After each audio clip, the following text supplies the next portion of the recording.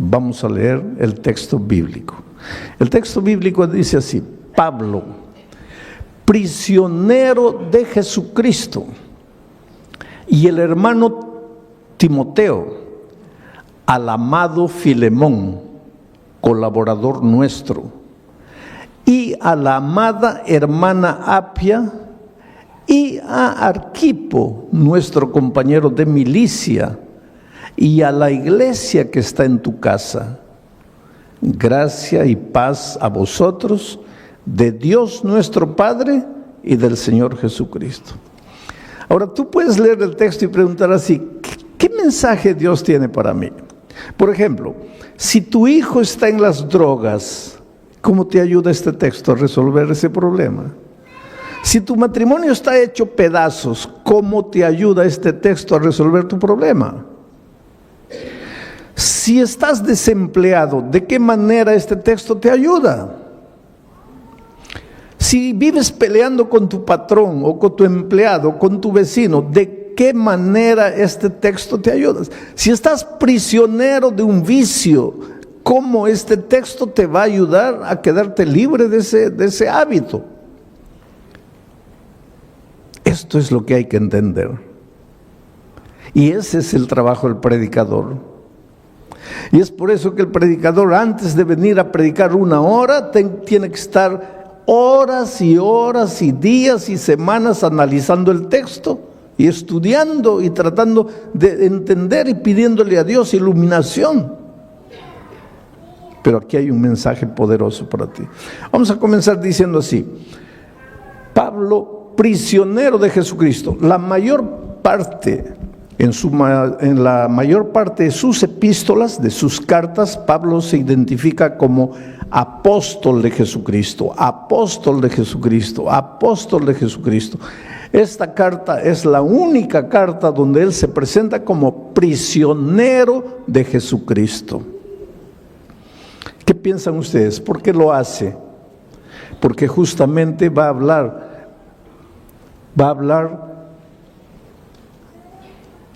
a un hombre que tenía prisionero a otro hombre. En esta carta Pablo va a hablar de libertad, pero antes de hablar de libertad necesita hablar de esclavitud, de prisión. Cuando Pablo dice, Pablo, prisionero de Jesucristo, estaba preso en Roma, pero no se llama él prisionero de Jesucristo porque estaba preso en Roma. Él se dice prisionero de Jesucristo, no prisionero por Jesucristo. Estaba preso por causa de Jesucristo. Pero ese no es problema. El sufrimiento que viene a tu vida por causa de Jesucristo, ese no es problema. Lo que él quiere destacar es que él es prisionero de Jesucristo. Y es prisionero del amor, por el amor. Una cosa es ser prisionero de la fuerza, por la fuerza. Y otra cosa es ser prisionero del amor, por el amor. En los tiempos de Pablo había en el Imperio Romano y en todo el territorio que el Imperio Romano dominaba, había 5 millones de esclavos, por lo menos. ¿Cuántos habitantes tiene Sydney?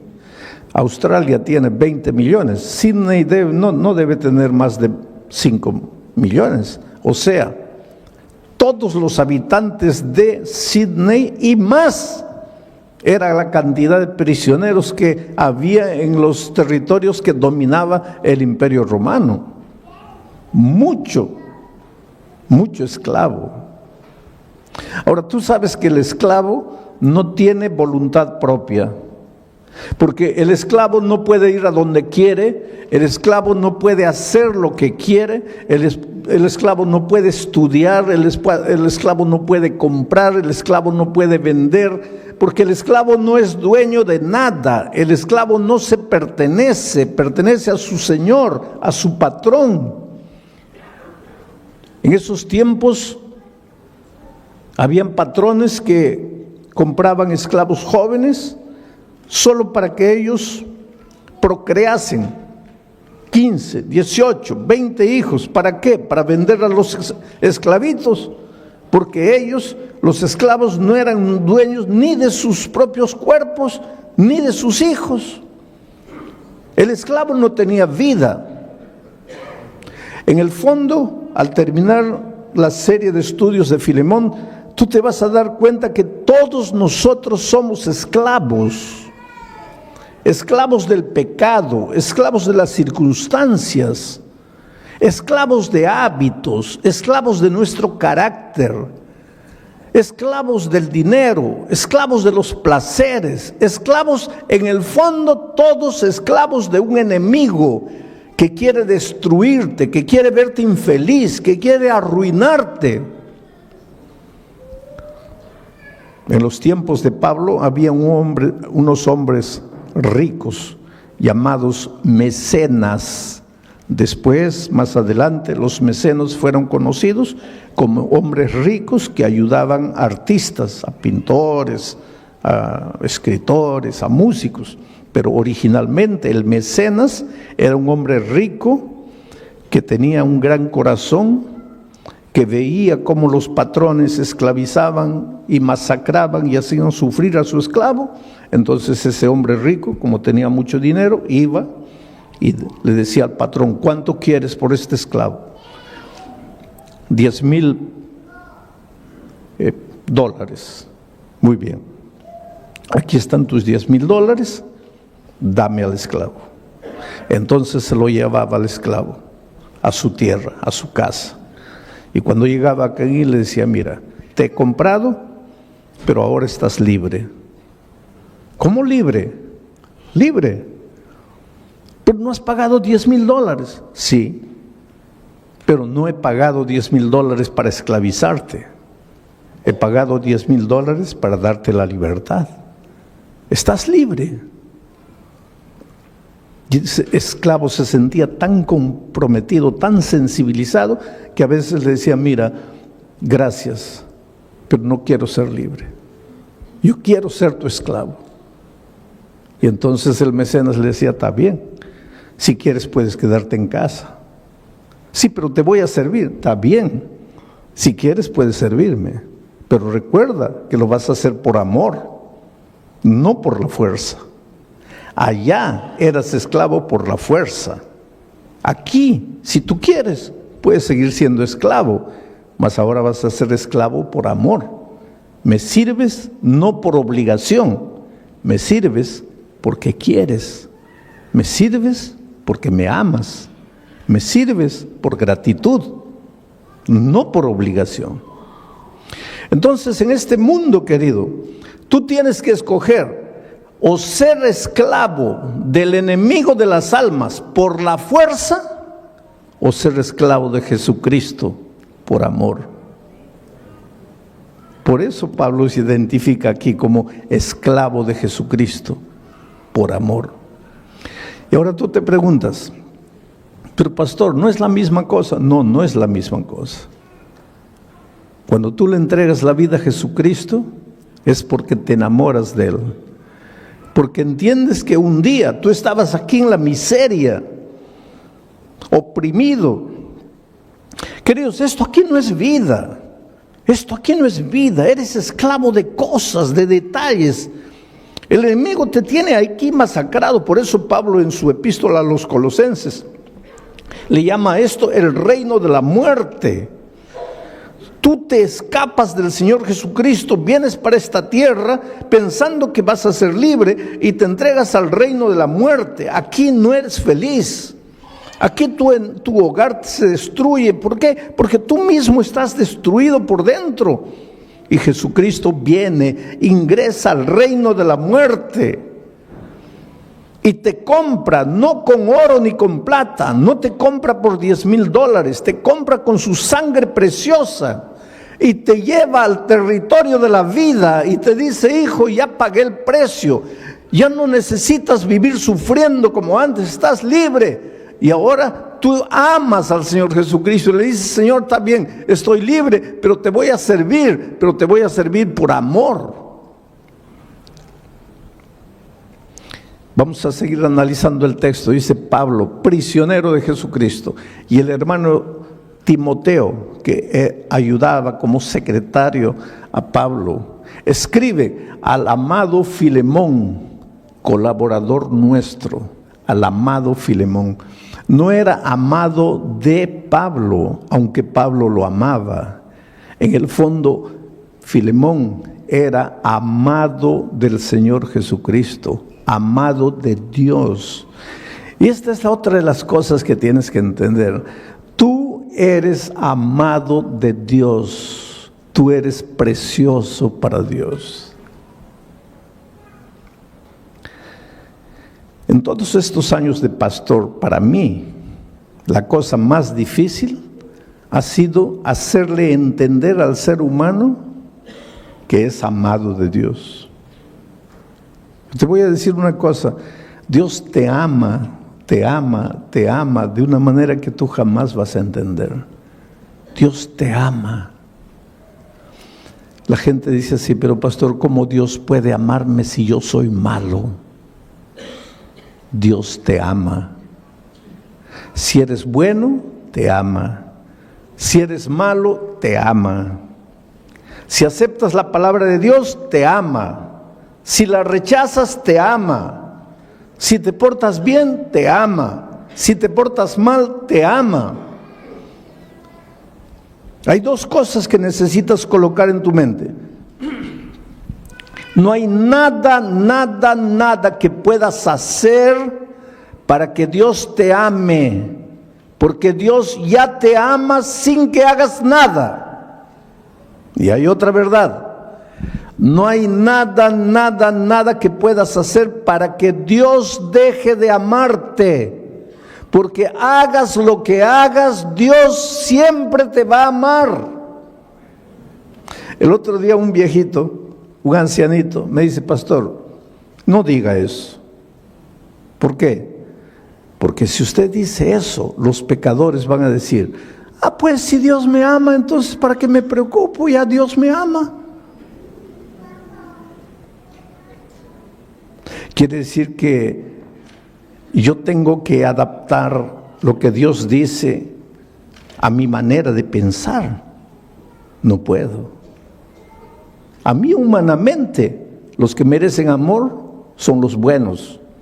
Los malos no merecen amor. Eso es para mí como ser humano. Pero Dios es Dios. Y la Biblia dice que Dios es amor.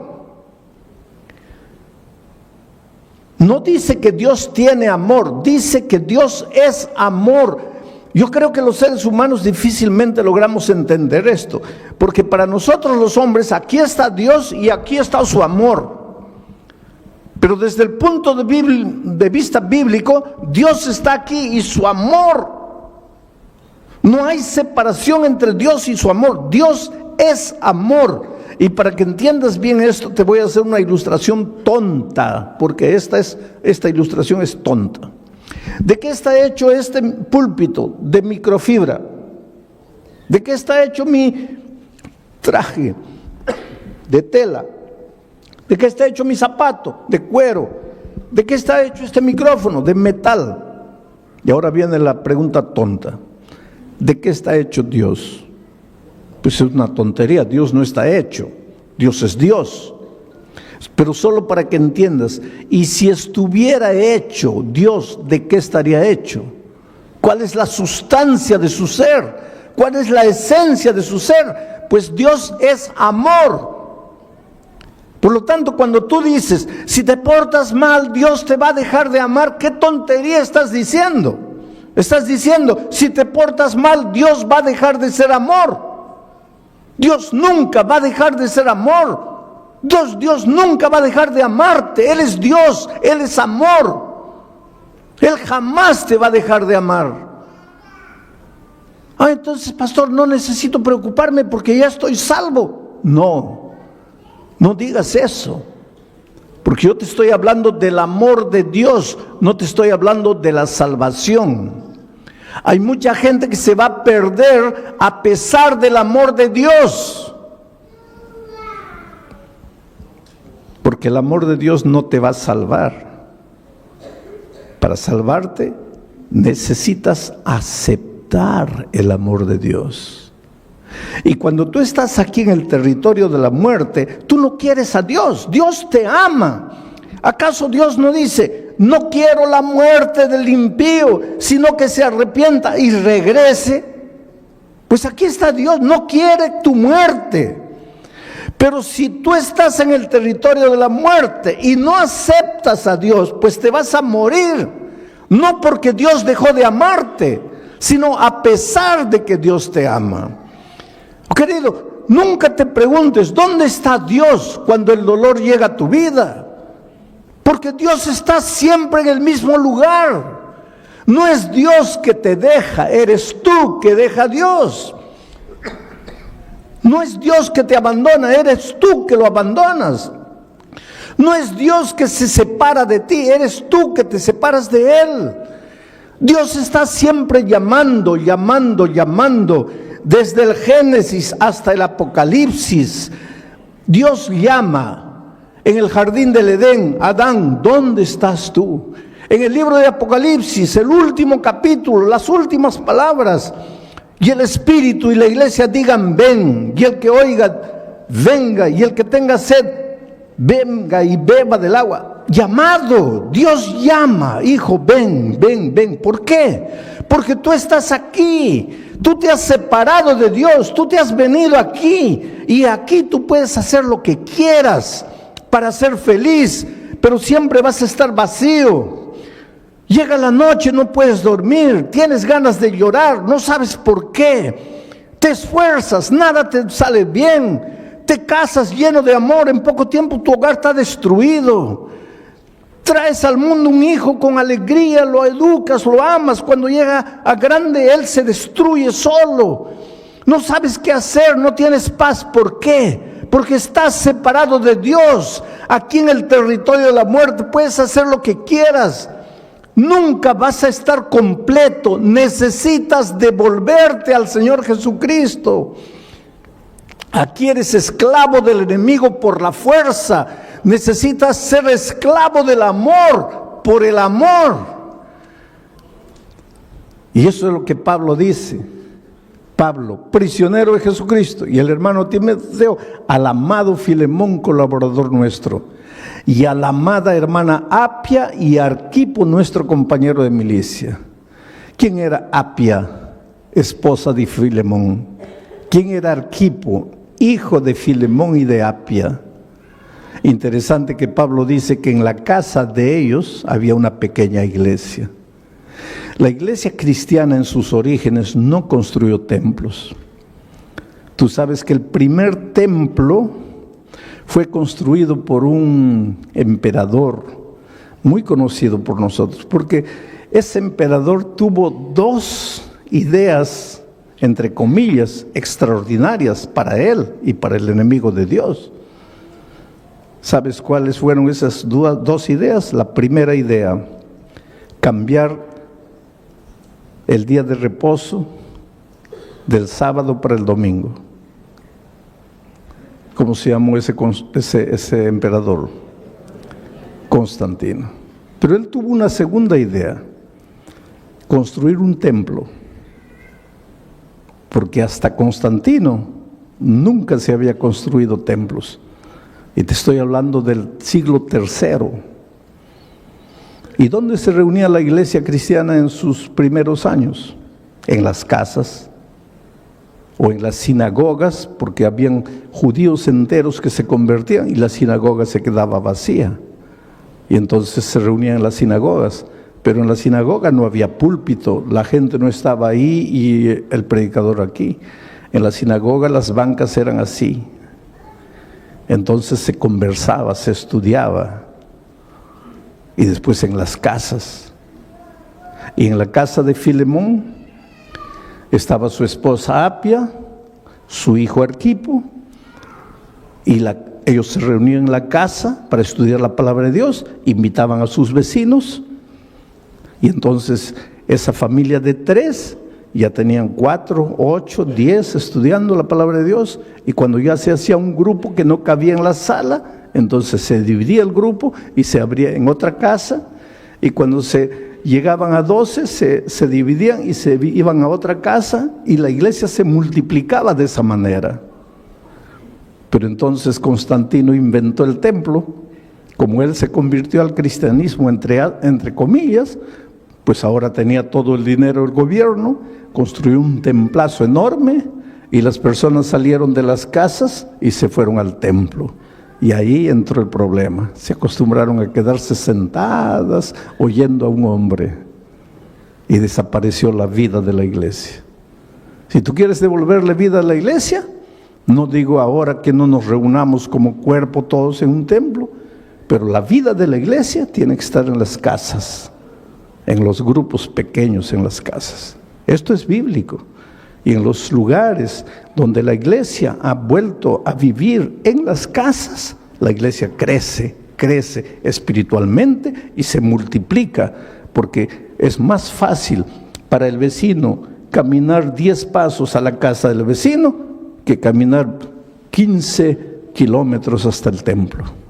Entonces la vida está en las casas. Era así que la iglesia se multiplicaba en los primeros años. Pero mi mensaje esta noche está en el último versículo. Gracia y paz a vosotros, de Dios nuestro Padre y del Señor Jesucristo. Esa no es una simple manera de saludar, gracia y paz. Allí está la esencia de la vida cristiana. Porque para ser feliz en la vida, para ser próspero, necesitas primero paz. Un hombre que no tiene paz, una mujer que no tiene paz, no puede ser vencedor. Si tú te preguntas, pastor, ¿por qué nada me da resultado en la vida? Yo te respondo en el nombre de Jesucristo, no tienes paz en tu corazón. Y la paz no es resultado de tratamiento psicológico, no es resultado del análisis, del psicoanálisis. La paz es resultado de la gracia. Si tú aceptas la gracia de Jesucristo, el resultado va a ser la paz. Pero quiero explicarte esto. El ser humano es como un triángulo. Tiene un lado mental, emocional. Aquí, este lado, mental, emocional. ¿Por qué coloco en el mismo lado la mente y las emociones? Porque nosotros somos interesantes. Yo te amo con todo mi corazón. Nadie ama con el corazón. El corazón es un órgano del cuerpo que solo tiene una función. Su función no es amar. Su única función es bombear sangre. Nadie ama con el corazón. Se ama con la cabeza.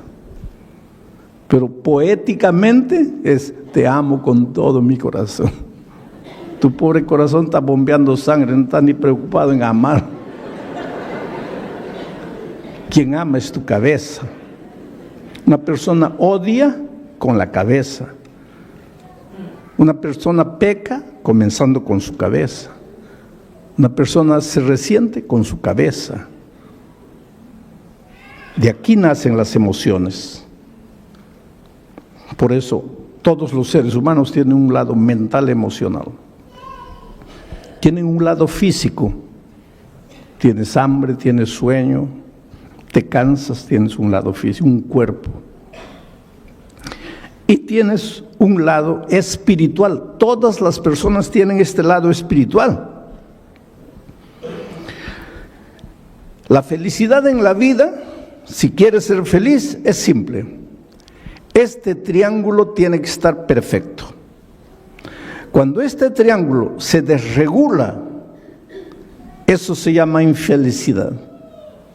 Cuando este triángulo se va para aquí o se va para allá, cuando este triángulo se deforma, allí surge el desorden humano. Por eso, para ser plenamente feliz, el triángulo tiene que estar perfecto, así. La base de ese triángulo es esto, el lado espiritual. El lado espiritual es lo que le da sustentación al triángulo. Cuando tu lado espiritual va bien, tu lado emocional, mental va bien y tu lado físico va bien. Pero la base es el lado espiritual. Esto se llama paz. Estás en paz cuando estás en armonía, cuando el triángulo está perfecto. Todos los seres humanos tenemos un lado mental emocional, un lado físico y un lado espiritual, quieras o no quieras. El otro día yo viajaba de San Pablo a Brasilia y a mi lado estaba sentado un periodista brasileño famoso por ser un gran periodista y famoso por ser ateo, y él no esconde el hecho de que sea ateo. Pero en la conversación pues me preguntó quién era y yo le dije que era pastor. Y comenzamos a hablar de asuntos espirituales. Y él me dice, mire pastor, yo no soy un ser espiritual. ¿Por qué? Porque yo no creo en Dios. Le digo, pero usted puede no creer en Dios, pero usted tiene un lado espiritual. No, pastor, no me entiende. Yo no creo en Dios, yo no creo en esas cosas, por lo tanto yo no tengo ese lado espiritual. Hay mucha gente que piensa así, no, yo no tengo el lado espiritual. No, eso no depende de ti, querido. Eso no depende de ti. Tú estás vivo, entonces eres un ser mental, emocional, físico y espiritual, aunque no quieras. Por ejemplo, si tú me dices, pastor, yo no tengo el lado físico, yo no tengo hambre. Está bien, puedes decir, pero vas a tener hambre. No, yo no creo en el hambre. Está bien, puedes no creer, pero vas a tener hambre. Pero pastor, yo puedo escribir un libro diciendo que el hambre no existe, pero cuando llega la hora de comer, vas a tener que comer, porque eso no depende de ti. No eres tú. Dios te ha hecho así. Tú odias, tú amas, porque tienes un lado espiritual. Tú tienes hambre, tú te cansas, tú duermes, porque tienes un lado físico, no depende de ti. Y tú tienes un lado espiritual, no depende de ti, lo tienes. ¿Sabes cuál es la tragedia del ser humano? Que hace todo para desarrollar su lado mental, emocional. Hace todo para desarrollar su lado físico, pero no hace nada para desarrollar su lado espiritual. Y sin embargo es el lado espiritual que sustenta la unidad de su ser. Entonces por eso es que el ser humano en este lado le va bien, tiene un título doctoral, tiene buen empleo, pues hace psicoanálisis, pero algo le falta. En este lado pues hace ejercicio, se cuida, se alimenta bien, pero algo le falta. Y se pregunta, pero ¿por qué no soy feliz? Pero es que te está faltando el lado espiritual. Y para que sientas que está bien esto, tienes que devolverte al que te creó. Porque hay una cosa, tú viniste de las manos de Dios, por lo menos. Yo espero que tú creas que viniste de las manos de Dios, y si esta noche estás aquí es porque crees que has venido de las manos de Dios. Si no viniste de las manos de Dios, solo puedes ser fruto de la evolución. Hay mucha gente que cree que el ser humano es fruto de la evolución. Si eres fruto de la evolución, entonces eres fruto del acaso. Eres una coincidencia.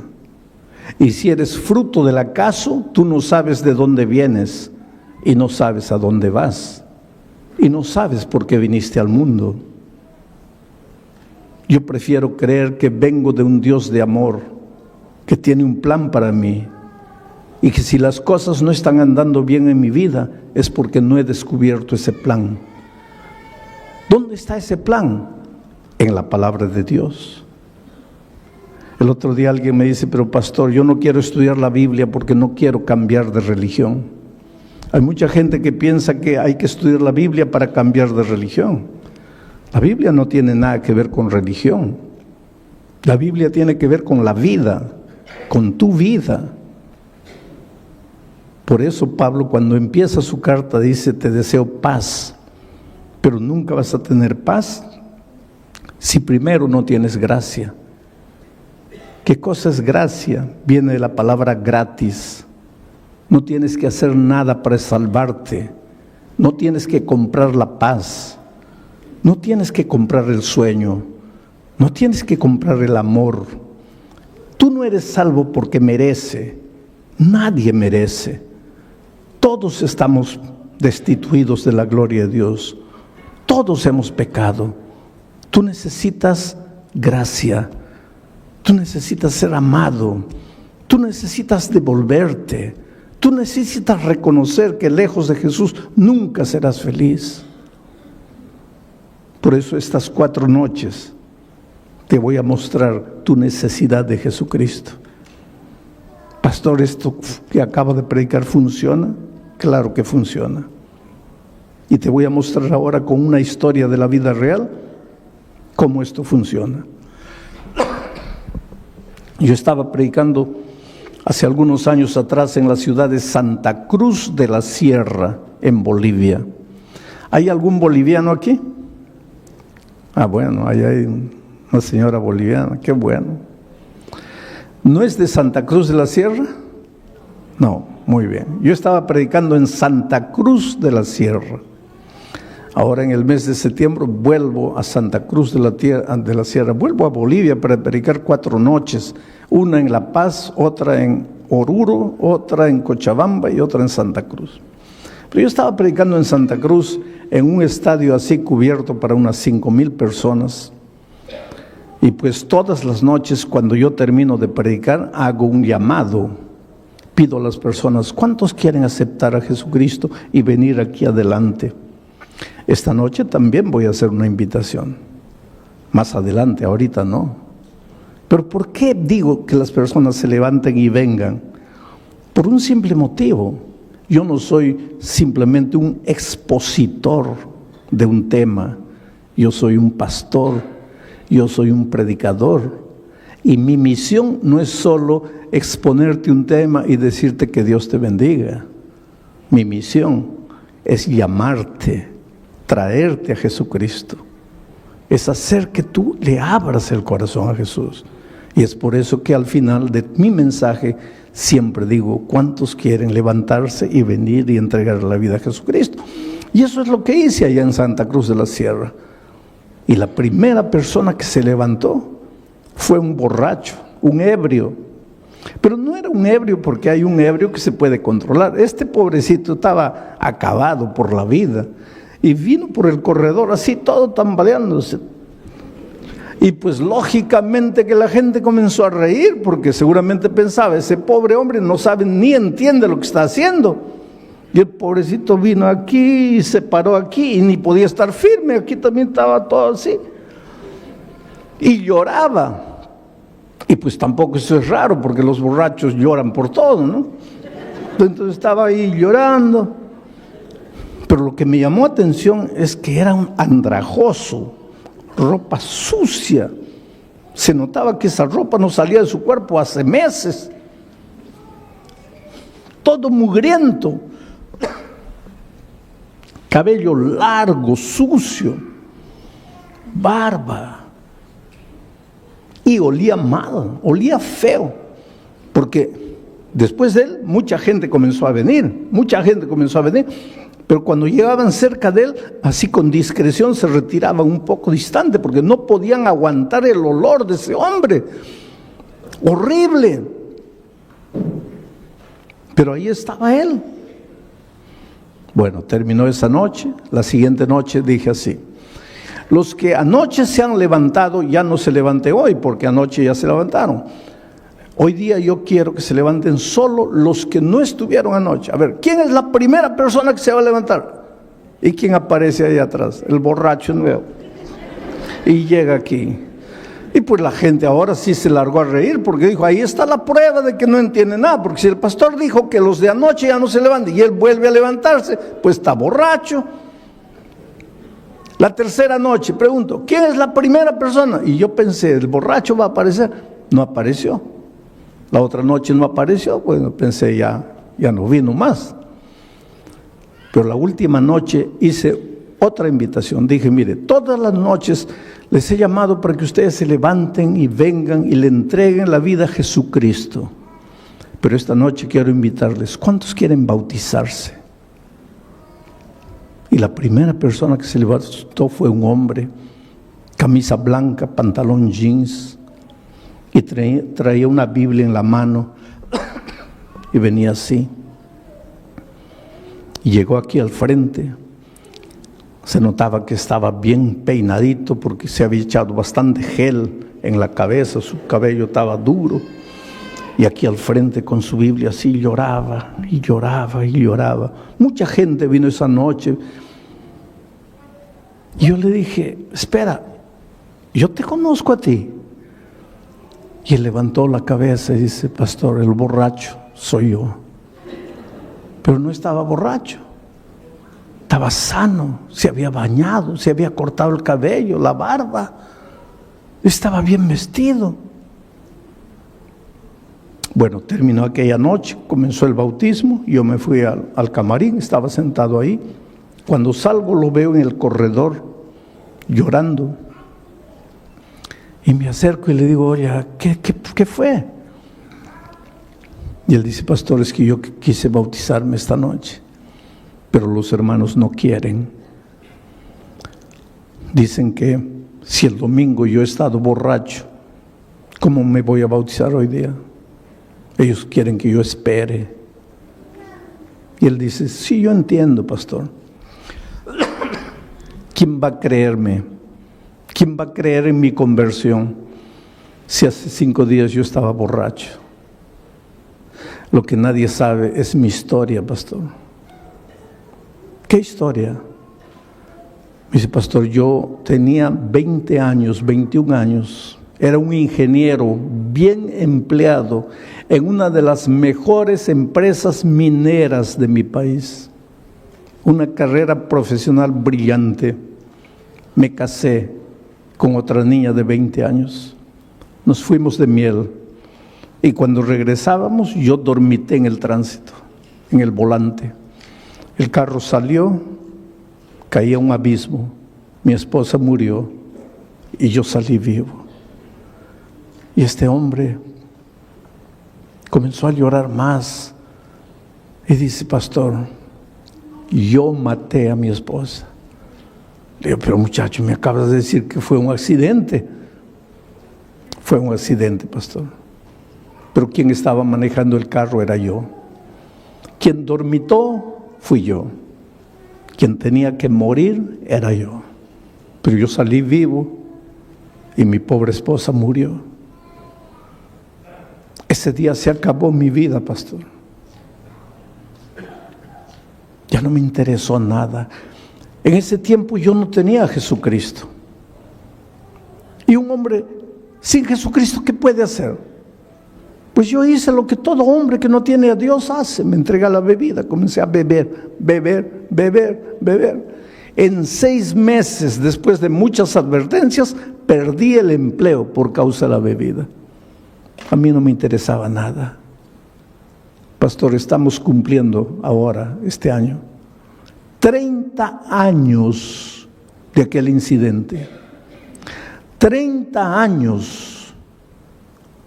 Yo perdí el empleo, me escondí de la familia, me vine a Santa Cruz.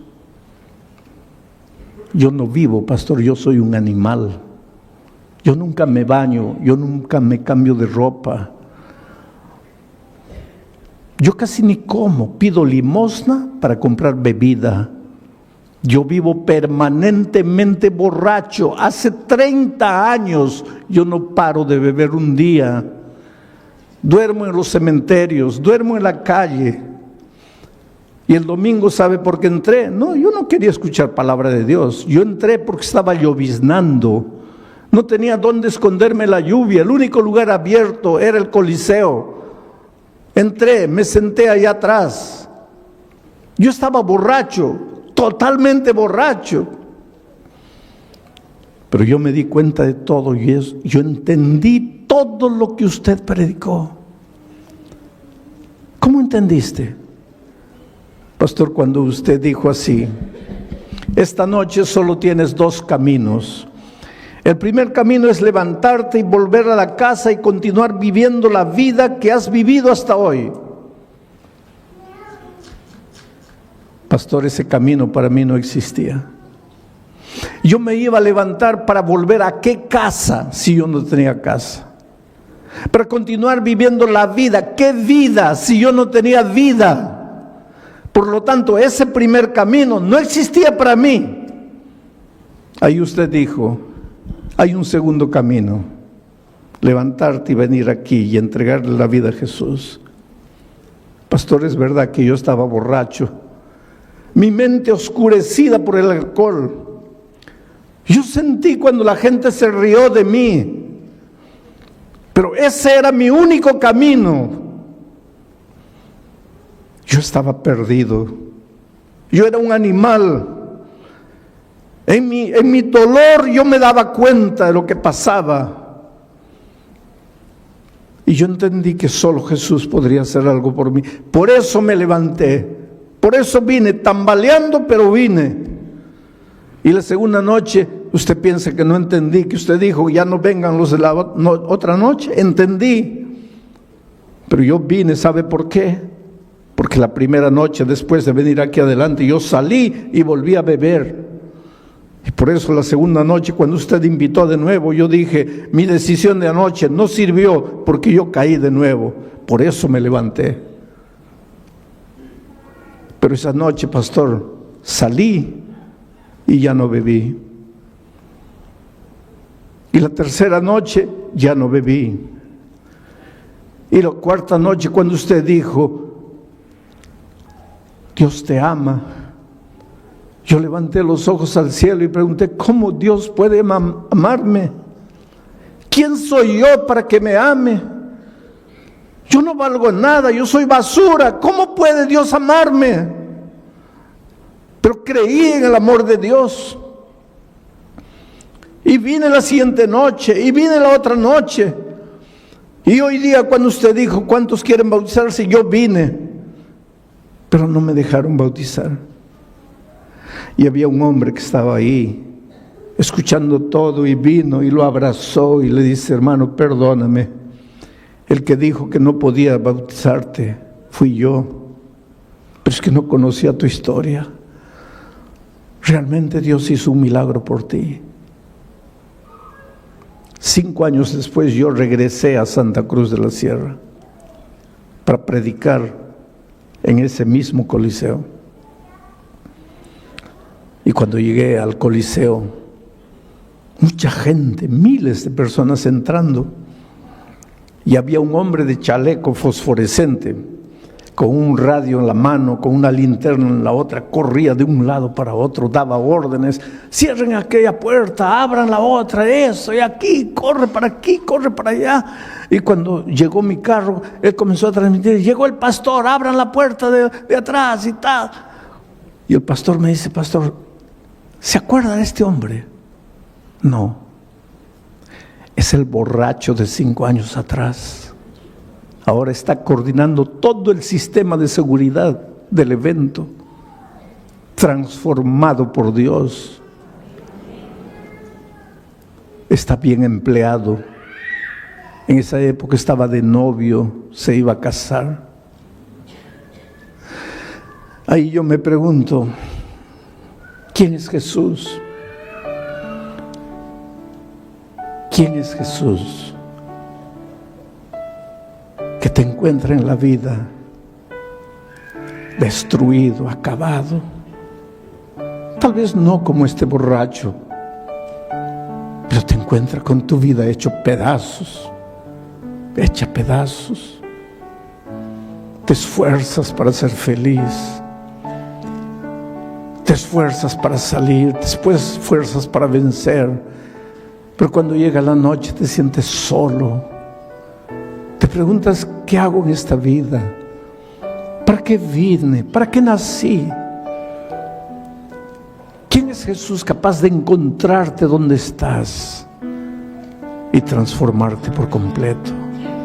Por eso Pablo dice, gracia y paz. ¿Cómo vas a tener paz si no entiendes lo que es gracia? ¿Cómo vas a entender lo que es gracia si no sabes lo que es el amor de Dios? Esta noche yo te digo en el nombre de Jesucristo, déjate amar. Déjate amar. Ven a Jesús como estás. Entrégale tu vida, ríndete a Él. Deja de lado tus preconceptos.